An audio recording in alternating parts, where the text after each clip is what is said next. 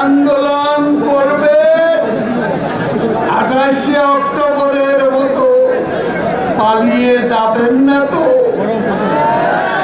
আপনাদের আন্দোলন তো ভুয়া ভুয়া ভুয়া। বিএনপির আন্দোলন, বিএনপির এক দফা, বিএনপির আন্দোলন, বিএনপির এক দফা, বিএনপির নেতৃত্ব, বিএনপির দফা ভুয়া। বিএনপি হচ্ছে ভুয়া।